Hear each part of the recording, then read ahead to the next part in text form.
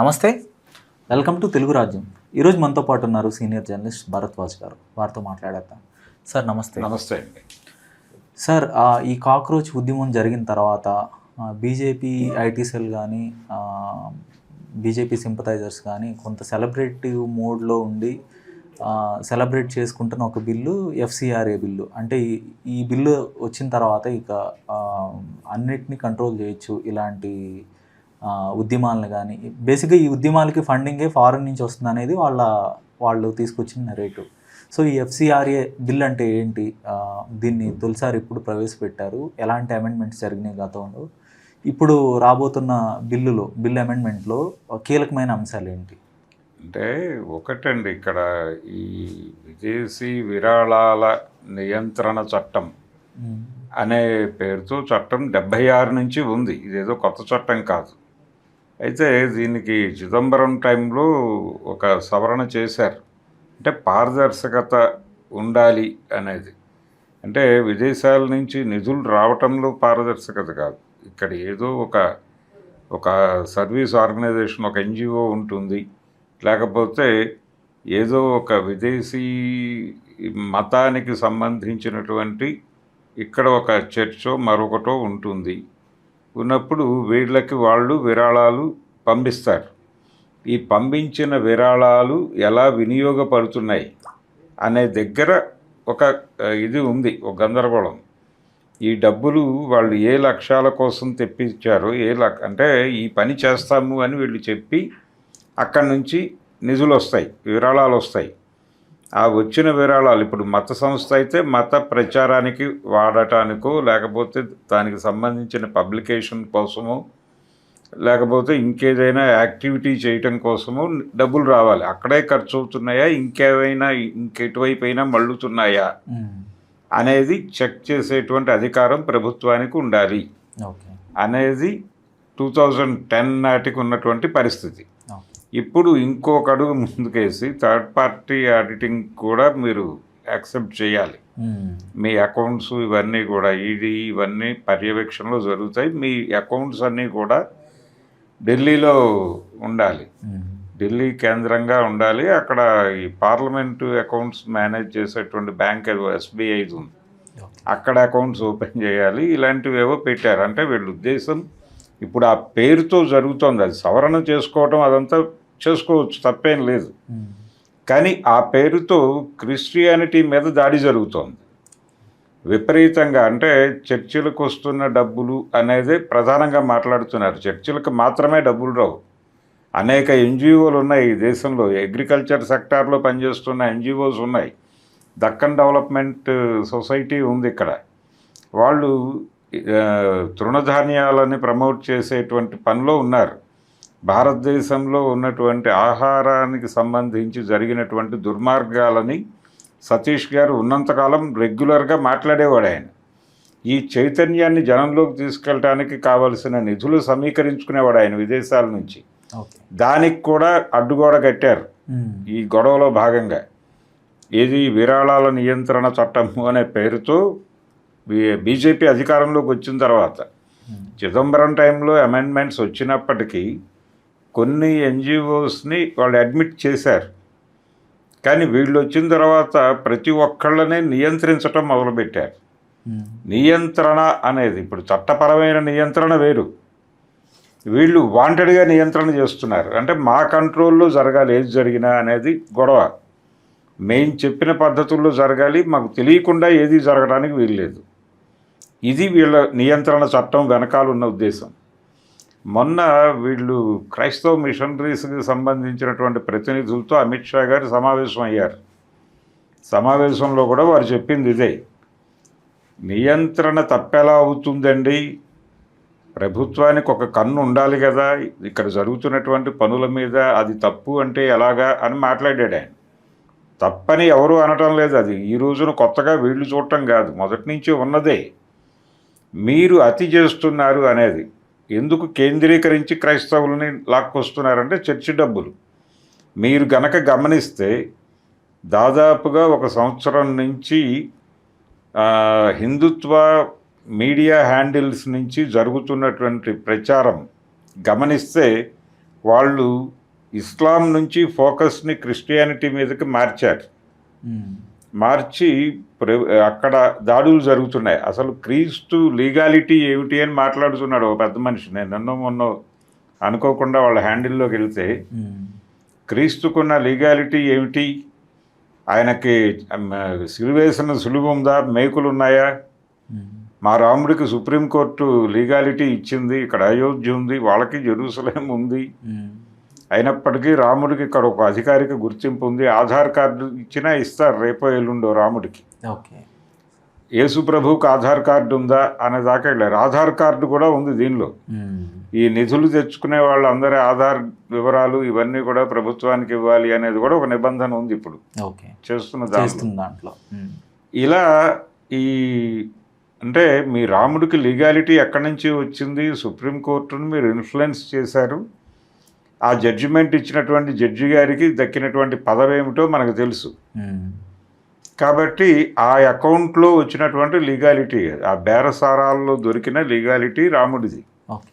వాళ్ళు కూడా ఆర్గనైజ్ చేయగలరు. ప్రభువుకి ఎక్కడో చోట ఒక లీగాలిటీ క్రియేట్ చేయడం పెద్ద కష్టమేం కాదు. పైగా చరిత్రతో డ్రైవ్ ఉంది వాళ్ళకి.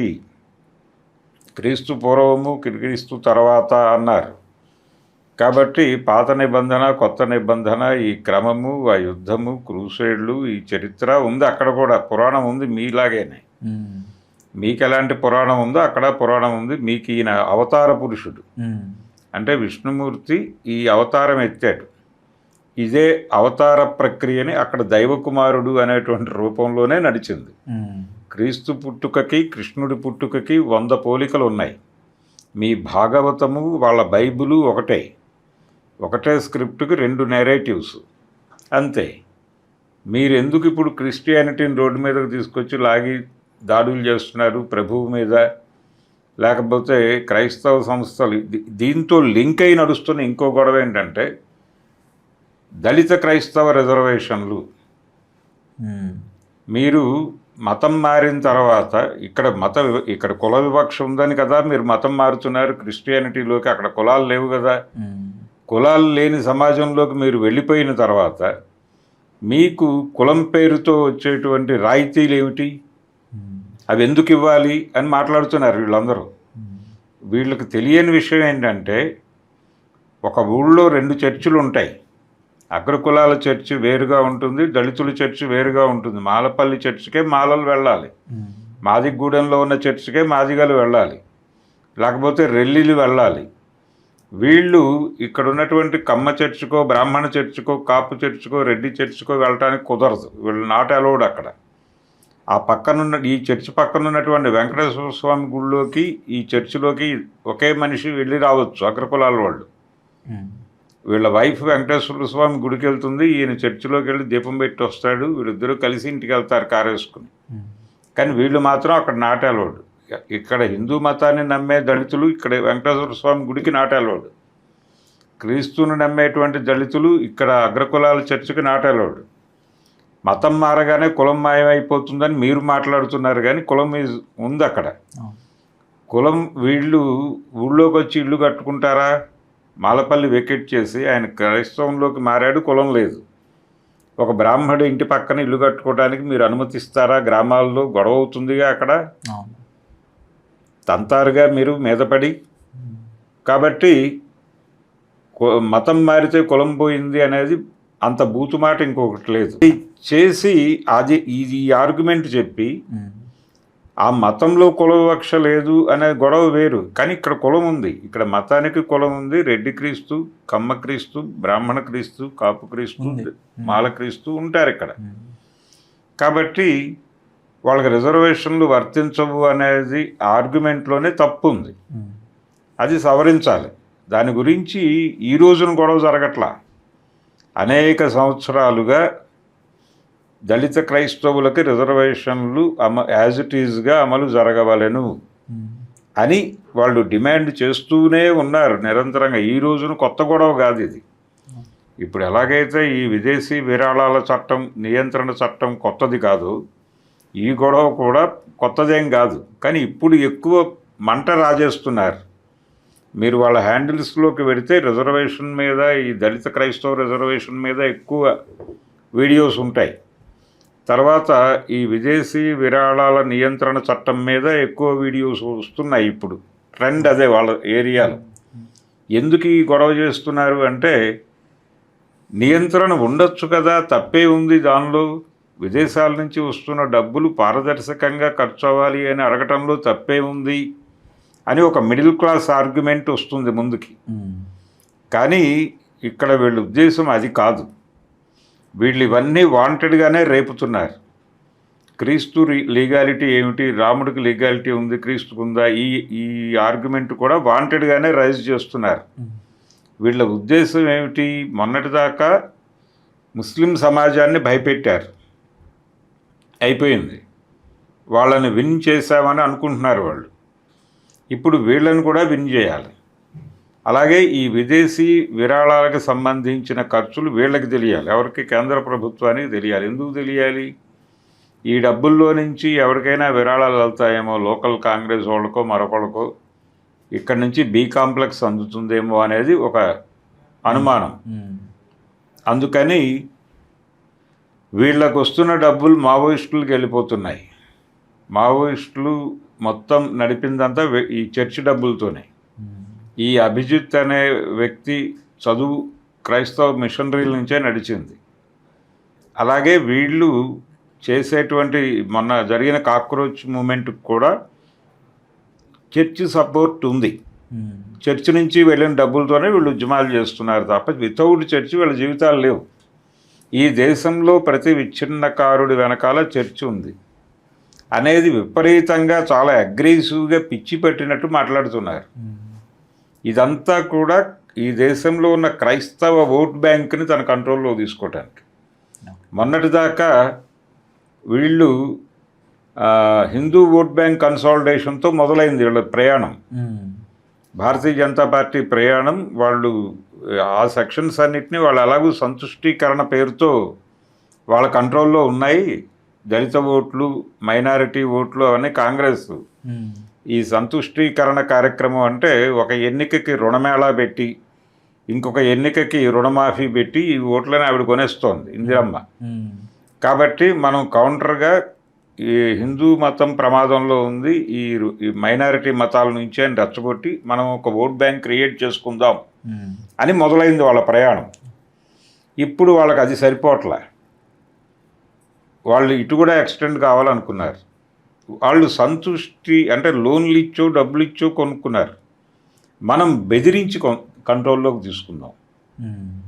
మన దగ్గర బలం ఉంది. ఏ బలం అది? మూక బలం ఉంది. ఇక్కడ హిందువులందరూ మన వెనకాల కన్సాలిడేట్ అయి ఉన్నారు. ఈ బలాన్ని చూపించి వాళ్ళని భయపెట్టాలి. అరిచి వాళ్ళు దేశద్రోహులు అని చెప్పి భయపెట్టి, వీళ్ళని చూస్తే వాడి పక్క సీట్లో కూర్చున్నోడు భయపడే లెవెల్ ప్రచారం చేస్తే వీడు కంట్రోల్లోకి వస్తాడు. అందుకని ఇప్పుడు క్రిస్టియానిటీ మీద పడ్డారు వీళ్ళు. ఈ దేశం నుంచి క్రైస్తవులను తరివేయటం వాళ్ళ ప్రోగ్రాం కాదు, ఈ దేశంలో నుంచి ముస్లింలను తరివేయటం వాళ్ళ ప్రోగ్రాం కాదు. వాళ్ళు ఉండాలి, కానీ లొంగి ఉండాలి. ఇది కార్యక్రమం. అందుకని నోరు తెరిస్తే మీరు ఎనీ హిందూ హ్యాండిల్ ఓపెన్ చేయండి, హిందుత్వ హ్యాండిల్, క్రైస్తవం మీద దాడి. ఆ రాధా మనోహర్ దాస్ ఎందుకు రెచ్చిపోయాడు? తెల్లారు లేస్తే బైబిల్ మీద మాట్లాడతాడే. ఎందుకు మాట్లాడాలి? ఆయన నోటికి వచ్చినట్టల్లా మాట్లాడతాడు, ఏ మాత్రము మొహమాటం లేకుండా, వాడు వీడు అని. అంటే అతను ఫండెడ్.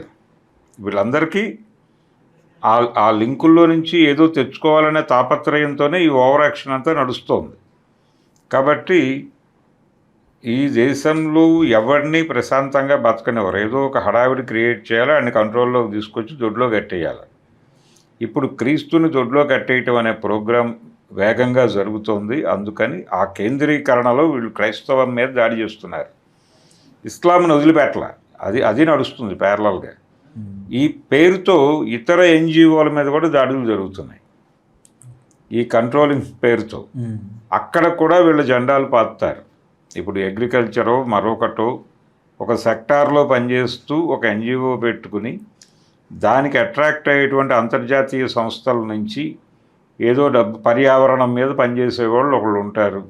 ఈ పర్యావరణానికి సంబంధించిన అంతర్జాతీయ నిధులేవో ఉంటాయి, వాటిని ఆ ఎన్జిఓకి మళ్లించుకునే ప్రయత్నం ఏదో చేస్తారు. అక్కడికి వెళ్ళి వీళ్ళు వాళ్ళ ప్లగ్లో వేలు పెట్టి వాళ్ళని గోల్ చేసి ఆ నిధులలో ఒక చిన్న డైవర్షన్ స్కీమ్ వేసి ఆ డబ్బులు లోకల్ బీజేపీ వాళ్ళకి వెళ్ళేటట్టుగా చూసుకుంటారు. ఈ లెవెల్లో విదేశీ నిధుల నియంత్రణ అంటే బీజేపీని పొలిటికల్గా మైలేజీ కావాలి, ఫైనాన్షియల్గా మైలేజీ కావాలి, కాంగ్రెస్కి వెళ్ళేటువంటి డబ్బులు ఆపాలి. కాంగ్రెస్ను కూడా ఇప్పుడు ఉగ్రవాద ఘాట కట్టేశారు. నిజానికి ఈ దేశం ఇలా తయారు కావడంలో వారి కంట్రిబ్యూషన్ కూడా ఉంది. కానీ ఇప్పుడు వీరు వారిని తీసుకొచ్చి వారు చంపిన ఉగ్రవాదుల సరసనే చేర్చేస్తున్నారు. వారు వీరు ఉగ్రవాదం పేరుతో ఈ దేశంలో కింది కులాల మీద, మైనారిటీల మీద చేసిన దౌర్జన్యాలు ఇంకా గుర్తున్నాయి జనాలకి. ఇప్పుడు వాళ్ళను కూడా ఈ ఘాట కట్టేసి వీళ్ళకి వెళ్ళిపోతున్నాయి డబ్బులు. వాళ్ళు తెల్లారలేస్తే మాట్లాడే మాటలు ఇవే. చర్చి డబ్బులతోనే కాంగ్రెస్ పార్టీ బతుకుతోంది. దీనికి వాళ్ళకి ఉన్నటువంటి లాజికల్ ఎండ్ ఏంటంటే సోనియా గాంధీ గారు క్రైస్తవి, సో అది క్రైస్తవ పార్టీ అని ముద్రేసేయటమే. బ్రాండింగ్ చేసి బెదరగొట్టి టెర్రరైజ్ చేసి కాంగ్రెస్ పార్టీలో ఉన్నోడిని కూడా కంట్రోల్లోకి తీసేసుకునే ప్రయత్నం. సార్, మనం రిజర్వేషన్ల గురించి మాట్లాడుకుంటున్నాం కదా. సో మనం రాజ్యాంగం రాసుకున్నప్పుడు మతం మారితే రిజర్వేషన్లు వర్తించవని మన రాజ్యాంగ నిర్మాతలు ఆ విధంగా రాశారు. సో వాళ్ళు నాడు ఎక్స్పెక్ట్ చేయలేదంటారు. అంటే మతం మారితే ఇప్పుడు క్రైస్తవంలోకి మారిపోతే ఇక కులం అనేది ఉండదు, అది క్షేత్రస్థాయిలో కూడా కులం అనేది నిర్మూలన జరిగిపోతుంది అని వాళ్ళు భావించి రాశారా, లేదంటే వాళ్ళు ఎక్స్పెక్ట్ చేయలేదా స్టిల్ ఎగ్జిస్ట్ అవుతుంది మతం మారినప్పటికీ కూడా అనేది? అంటే రిజర్వేషన్ అనే దానికి ఒక ఆమోదం తీసుకురావడానికే చాలా పెద్ద యుద్ధం చేయాల్సి వచ్చింది. ఓకే, ఇప్పుడు యాంటీ రిజర్వేషన్ ప్రోగ్రామ్ జరుగుతుంది కదా, యాంటీ రిజర్వేషను జరుగుతోంది, క్రైస్తవ రిజర్వేషన్ల డిమాండ్ తప్పు అనే ఆర్గ్యుమెంటు జరుగుతోంది. రెండు ప్యారలల్గా జరుగుతున్నాయి. సో అసలు రిజర్వేషన్ అనే వరకు ఒక అంగీకారం తీసుకురాగలగటమే గొప్ప విషయం. ఆ యుద్ధం ఏదో చేశాడు ఆయన. చేసి కొన్ని వదులుకోవాల్సి ఉంటుంది. అందుకని ఆ వచ్చినటువంటి గొడవల్లో పోనీ హిందూ సమాజంలో కదా మీరు కులం ఉందని చెప్తోంది, అక్కడ వరకు చేద్దాం అంటే సరే. కానీ అంబేద్కర్ చాలా స్పష్టంగా ఆయన యుద్ధం మొత్తం డెమోక్రటిక్గానే చేశాడు. ఆయన అక్కడ అవతల వాళ్ళ మీద యుద్ధ ప్రకటనలు అలాంటివి ఏం లేవు. ఆయన ఏదో పద్ధతిలో ఆయన కోరుకుంది కూడా ఈ కుల నిర్మూలన అనే దానిలో కూడా ఆయన కులాల మధ్య ప్రజాస్వామిక సంబంధాలని ఎలా ఎస్టాబ్లిష్ చేయాలి అనేదే ఆలోచించాడు. అంతవరకు చేయగలిగితే చాలు, ఆ తర్వాత కార్యక్రమం ఏమిటనేది భవిష్యత్తు తరాలే నిర్ణయించుకుంటాయి అన్నాడు తప్ప నేనే సర్వం చెప్పాలి అని అనుకోలేదు. ఈ సర్వం దీని నుంచి అవుతుంది ఇప్పుడే చేయాలి అని అనుకోలేదు. అక్కడ యుద్ధం జరగల.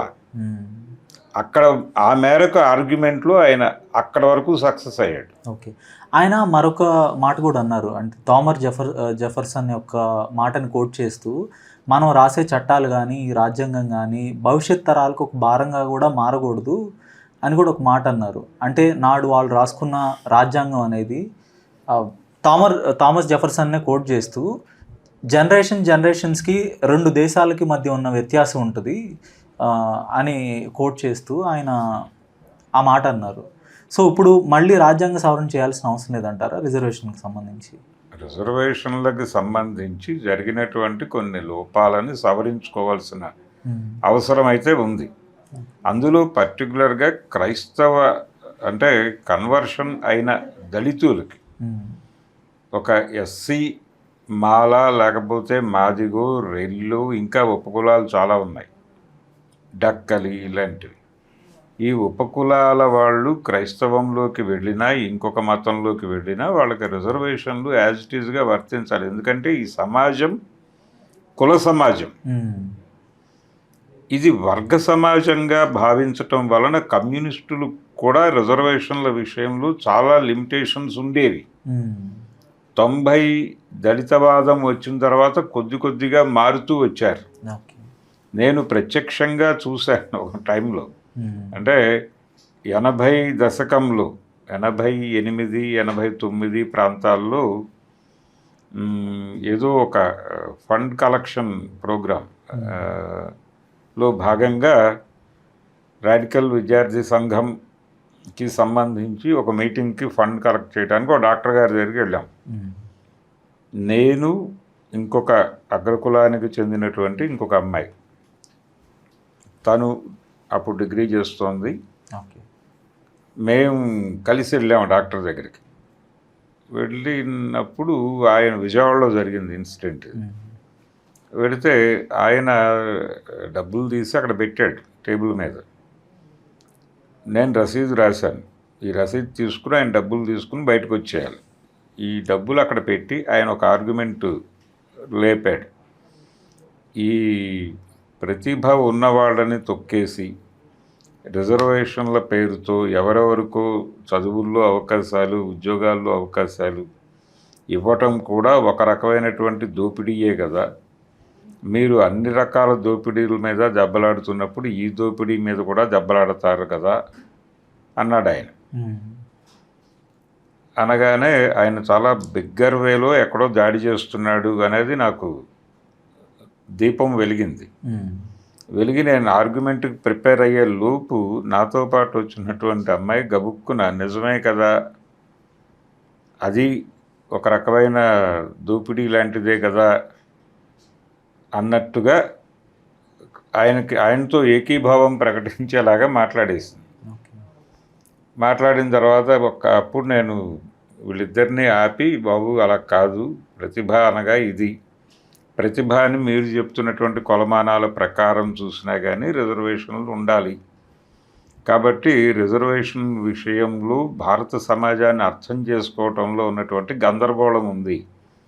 ఇది కుల సమాజంగా గనక మీకు అర్థమైతే, ఇక్కడ కులం వర్గంగా ఆపరేట్ అవుతుంది అన్నప్పుడు మీకు రిజర్వేషన్ల పట్ల ఒక స్పష్టత వస్తుంది. అలా కాదు అనుకున్నప్పుడు ఇది వర్గ సమాజం అనుకుంటే ఇప్పుడు మీరు చెప్తున్న ఆర్గ్యుమెంట్లో ఒక లాజిక్ కనిపిస్తుంది. అందుకని తను వర్గ సమాజము, వర్గ పోరాటం, కమ్యూనిజము ఈ లైన్లో ట్రైన్ అయి ఉండటం వలన తనకి మీ ఆర్గ్యుమెంట్ అలా కనెక్ట్ అయింది. కానీ ఇక్కడ కులాన్ని కూడా పట్టించుకోవాలి, కులమే ప్రధానంగా ఆపరేట్ అవుతోంది అనేది మనకు అనేక అధ్యయనాల్లో అర్థమైంది. ఈ అర్థమైన జ్ఞానాన్ని వాడుకోవాలి కదా. అక్కడున్న ప్రాంతం దాని తాలూకా ప్రత్యేకతల్లో నుంచి సిద్ధాంతం పుట్టాలి, కానీ సిద్ధాంతం ప్రకారం సమాజం తయారవ్వకూడదు అనేది గమనంలో లేకపోవడం వలన తను అలా మాట్లాడింది. కానీ రిజర్వేషన్ల పట్ల మాకు ఉండాల్సిన అభిప్రాయాలు మాకున్నాయి అని చెప్పేసిన తర్వాత ఆయన కొంచెం ఇబ్బంది పడుతూ ఆ డబ్బులు ఇచ్చేశాడు. తర్వాత నేను బయటకు వచ్చేసాను. ఆయన తనని హోల్డ్ చేశాడు ఒక 2 నిమిషాలు. ఇది కొంచెం తేడాగా ఉందమ్మా ఈ ఆర్గ్యుమెంటు, మీరు వీళ్ళతో ట్రావెల్ అవ్వటం అంత సేఫ్ అని నేను అనుకోవడం లేదు అని చెప్పాడు ఆ పెద్ద మనిషి. అయితే ఈవిడ బయటకు వచ్చి డాక్టర్ గారు ఇలా చెప్పారు నాకు, అందుకని ఆపాడు ఆయన అని చెప్పేసింది. చెప్పి నేను మాట్లాడిన దానిలో తప్పుందా అని అడిగితే నేను చెప్పాను మళ్ళీ కూర్చోబెట్టి, అలా కాదు ఇది పరిస్థితి అని. దాని పట్ల తనకేవో అభిప్రాయాలు ఉన్నాయి, ఇప్పటికే అదే అభిప్రాయాలతో కొనసాగుతుంది ఆవిడ. కాబట్టి దీనికి సంబంధించిన చర్చ కమ్యూనిస్టుల్లో మొదలైంది కూడా 90 దశకంలోనే. దళిత ఉద్యమము అదే టైంలో ఈ రామ మందిరము, మండల్ కమిషను ఒక యాంటీ రిజర్వేషన్ ప్రోగ్రామ్ని రైజ్ చేసింది. ఆ రైజ్ చేసిన సందర్భము ఇవన్నీ కలిసి రిజర్వేషన్ల మీద విపరీతంగా చర్చ జరుగుతున్న టైం అది. మళ్ళీ ఆ టైంని రిపీట్ చేస్తున్నారు ఇప్పుడు. రిపీట్ చేసి రిజర్వేషన్లు, రాజ్యాంగము, మీరు ఇందాకన్న మాటలు కూడా అంటే అన్నీ ఒకేసారి జరగవు ఆయనన్న పద్ధతిలో కూడా. అలాగే ఇప్పుడు చేసిన చట్టాలు రేపు పొద్దున తలనొప్పిగా మారకూడదు అనే అభిప్రాయం. కానీ అలా ఉండదు పరిస్థితి. అంటే అప్పటికి జరిగిన యుద్ధంలో వచ్చినటువంటి ఒక కంక్లూజన్ అది. అంతవరకే చూడాలి, దానికి పరిమితి ఉంది. కానీ ఈ సమస్య పెరుగుతూ వెళ్ళింది. అవును. ఈ పెరుగుతున్న క్రమంలో నాకు పేరు పర్టికులర్గా గుర్తులేదు, కానీ విజయవాడ లయోలా కాలేజీలో ఒక ఫాదర్ ఉండేవాడు, ఒక ఆయన. ఆయన రెగ్యులర్గా ఈ క్రైస్తవ రిజర్వేషన్లకి సంబంధించి, దళిత క్రైస్తవ రిజర్వేషన్లకు సంబంధించి రెగ్యులర్గా ప్రభుత్వానికి అర్జీలు పెట్టుకుంటూ ఉండేవాడు. నాకు చాలాసార్లు ఆయన కలెక్టర్ ఆఫీస్ దగ్గర కనిపించేవాడు, విజయవాడ సబ్ కలెక్టర్ ఆఫీస్ దగ్గర. ఓకే. ఎందుకు ఈయన వస్తున్నాడు అంటే ఇదే ప్రోగ్రాం. ఆయన చాలా మౌనంగా అలా ఒక నలుగురు విద్యార్థులతో వచ్చి ఒక కాగితం ఇచ్చి వెళ్ళేవాడు. అంటే ఈ కాగితాలు చదవగా చదవగా ఏదైనా మార్పు వస్తుందేమో అని ఆయన ఓకే. భావన. ఈ ప్రయత్నాలు జరుగుతూనే ఉన్నాయి తరతరాలుగా. ఇది కొత్తదేం కాదు. ఇప్పుడు వాంటెడ్గా ఎందుకు రైజ్ చేస్తున్నారు వీటన్నిటినీ అంటే వీటి వెనకాల క్రైస్తవ సమాజాన్ని టెర్రరైజ్ చేయటం అనేది ఉంది. క్రైస్తవ సమాజాన్ని, దళిత సమాజాన్ని, ఓకే. దళిత మైనారిటీ ఓట్ బ్యాంకు ఇన్ టోటల్గా బీజేపీ తన కంట్రోల్లోకి తీసుకోవటం అనే పొలిటికల్ గేమ్లో భాగంగానే ఇప్పుడు ఈ విదేశీ విరాళాల నియంత్రణ చట్టంలో కొత్త సవరణలు, ఆ పేరుతో వీళ్ళతో టాక్స్ జరపటాలు, ఈ కార్యక్రమాలు, అలాగే ఈ దళిత క్రైస్తవ రిజర్వేషన్ల వ్యవహారాన్ని హైలైట్ చేయటం, దానికి వ్యతిరేకంగా చర్చలు జరపటం, ఇదంతా కూడా వ్యూహాత్మకంగా దళిత మైనారిటీ ఓట్ బ్యాంక్ని ఇన్ టోటల్గా కమలం గుర్తుకేసి కట్టేయటానికి జరుగుతున్న కుట్ర.